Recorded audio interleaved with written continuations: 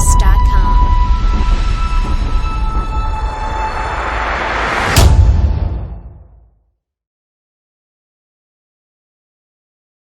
सपने देखने वाली बहू। गुप्ता जी की बहू अंजलि को सपने बहुत आते थे। एक दिन सुबह सुबह जब अंजलि सोकर उठी, सासू माँ जानती हैं क्या होने वाला है? अरे क्या हुआ, फिर से कोई नया सपना देख लिया क्या? हाँ सासू माँ, बहुत जोर से बरसात आने वाली है। आज कोई कपड़े मत धोना, सूख नहीं पाएंगे।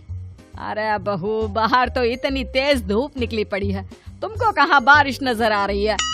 अरे मम्मी जी, मैंने सपने में देखा था बहुत जोर से बारिश होने वाली है, इसलिए बस आज कोई कपड़े नहीं धुलेंगे। अरे लेकिन इससे पहले भी तो कितनी बार तुझे सपने आए हैं, कभी कुछ सच भी होता है क्या? मम्मी जी, आप भी ना सपनों पर भरोसा करना चाहिए, भरोसा। अंजलि की सास उसकी कोई बात नहीं मानती, लेकिन उस दिन वाकई में शाम होते होते घने बादल आ जाते हैं और जोर से मूसलाधार बारिश होने लगती है। अंजलि, आज तो तुम्हारा सपना सच हो गया। बहू, आज तो तुमने सपने में बारिश देखी थी ना, और देखो सच में बारिश हो गई। लगता है अगली बार से हमें तुम्हारी बात माननी पड़ेगी। पापा जी, मैं तो हर बार ही मम्मी जी से कहती हूँ, मेरे सपने सच हो जाते हैं, बस भरोसा रखिए। कुछ दिनों के बाद, अजी सुनते हैं, मुझे ना सपना आया था और सपने में मैंने देखा कि आपकी पूरी 1 करोड़ की लॉटरी लगी है। अरे कभी कभी सपना सच होना सही बात है, लेकिन हमेशा ऐसा नहीं होता अंजलि। और वैसे भी लॉटरी लगने ही वाली है तो अच्छी बात है ना। मैं तो कहती हूँ, हम वो बड़ा सा घर खरीदने वाले थे ना, आज ही चलकर उसको फाइनल कराते हैं। अरे वाह वाह, हाथ में पैसा नहीं और बड़ा घर खरीदना है। अरे मम्मी जी, बताया ना आपको, मुझे सपना आया था कि हम 1 करोड़ की लॉटरी लगने वाली है। देखो बेटा, ये पैसों का मामला है, इसमें किसी तरह की रिस्क नहीं लेनी चाहिए। और जब तुम्हारा सपना सच हो जाए तब तुम घर खरीद लेना। मम्मी पापा ठीक है अंजलि, अभी इतनी जल्दबाजी करने की क्या जरूरत है? मैं कुछ नहीं जानती, मुझे वो घर चाहिए तो चाहिए। और आपको प्रॉब्लम क्या है? कुछ दिनों में तो पैसे आने ही वाले हैं लॉटरी से। हाँ तो जब पैसे आ जाएंगे तब खरीद लेंगे ना। पर हमारी अंजलि खाना पीना छोड़कर जिद पकड़कर बैठ जाती है।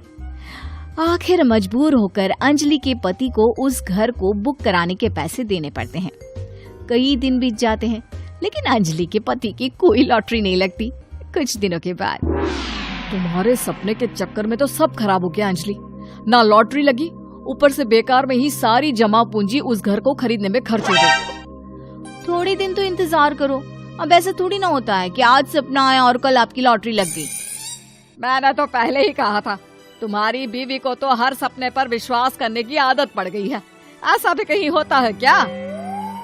कुछ दिनों के बाद अचानक से अंजलि के पति के पास एक फोन आता है और पता चलता है कि उसकी 1 करोड़ की लॉटरी लग गई है। अरे वाह अंजलि, ये तो कमाल हो गया, मेरे तो सच में लॉटरी लगी। अरे भगवान भला करे तुम्हारा।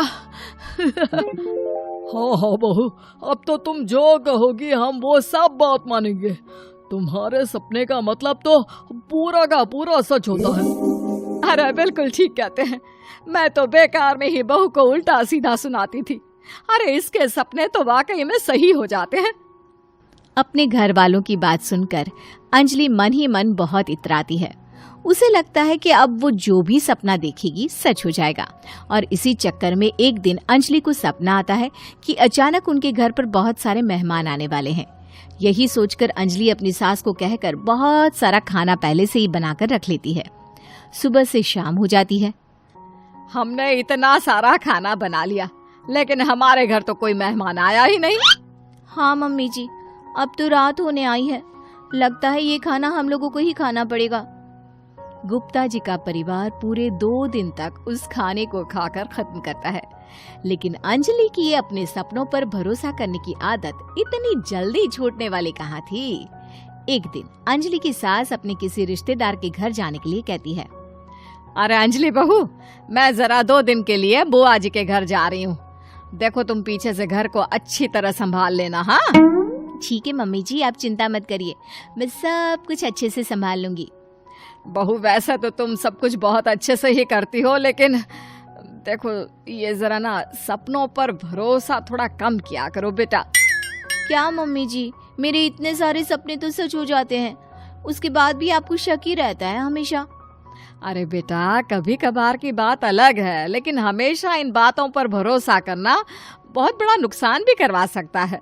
तुम्हें इस बात को समझना चाहिए। ठीक है मम्मी जी, समझ गई। अब आप आराम से जाइए, मैं सब कुछ बहुत अच्छे से कर लूंगी। अंजलि की सास बुआ जी के घर चली जाती है। उसके जाने के बाद अंजलि एक दिन सुबह सोकर उठती है और जोर जोर से रोने लगती है।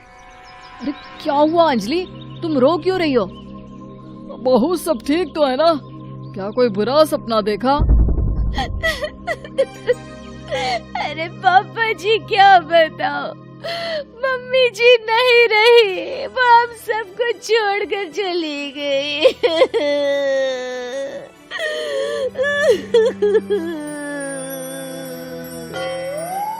छोड़कर चली गई?